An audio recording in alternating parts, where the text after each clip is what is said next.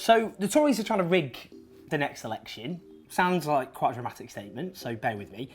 Just to give a bit of background to this, if there's one thing that unites the Tories, which I would accept at the moment seems a little bit far-fetched as a concept, they are like rats in a sack. But if there's one thing that unites them, it's the terror of Jeremy Corbyn and the Labour Party forming a government. Because of that, they're resorting to try and rig the entire system in their favour. Now, already some of you going, all right, Owen, full of your little hyperbole, but these Tory scamps. Let me just explain the context. So, at the moment, there are 650 constituencies in Britain, which obviously elect your Member of Parliament. They're trying to reduce that to 600. And to redraw, obviously, that's my cat. He's not happy about it. Kia! Mog! Wow! What's that? What was I saying?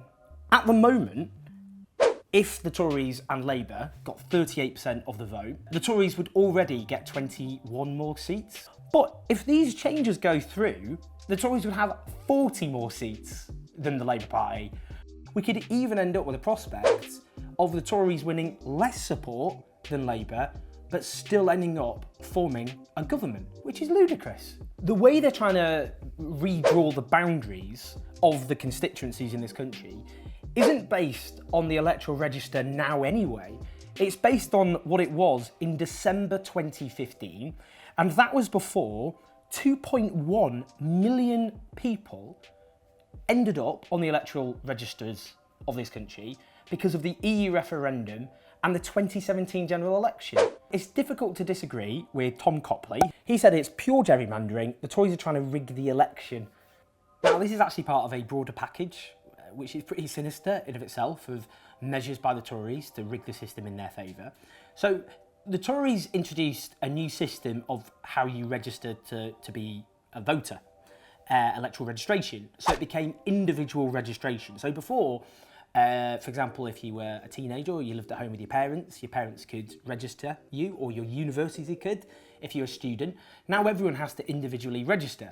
Now, because of that introduction of that system, which they rushed through, in 2015, 600,000 people dropped off the electoral register. Those who are disproportionately younger, poorer, and from minority backgrounds, and who are privately renting, who just coincidentally happen to be the least likely to vote for the Conservative Party, as opposed to, for example, more older, affluent homeowners who are much more likely to vote for the Conservative Party. It gets worse, by the way. Oh yeah, it gets worse, all right. Another thing they're trying to introduce is voter ID. So that would mean that you would have to turn up with a driving licence or a passport in order to be able to vote. Now, this is to deal with an almost non-existent issue of fraud. From 2010 to 2016, there were 146 allegations of what we would call voter personation. So it's forms of voter fraud. Of those 146 allegations, 7 people were convicted and 5 of them were a single case in Derby. Now, again, this is a system which they're importing from the Republican right in America. Because the people who are least likely to have voter ID, again, they are poorer, they are more likely to be younger, they are more likely, again, to be from black and minority ethnic backgrounds. Again, voters least likely to vote for the Conservative Party. Now, the Tories already have massive inbuilt advantages. They've got almost the entire British press on their side. They're bankrolled by multi-millionaires, hedge funds, bankers, so they have this massive financial advantage as well.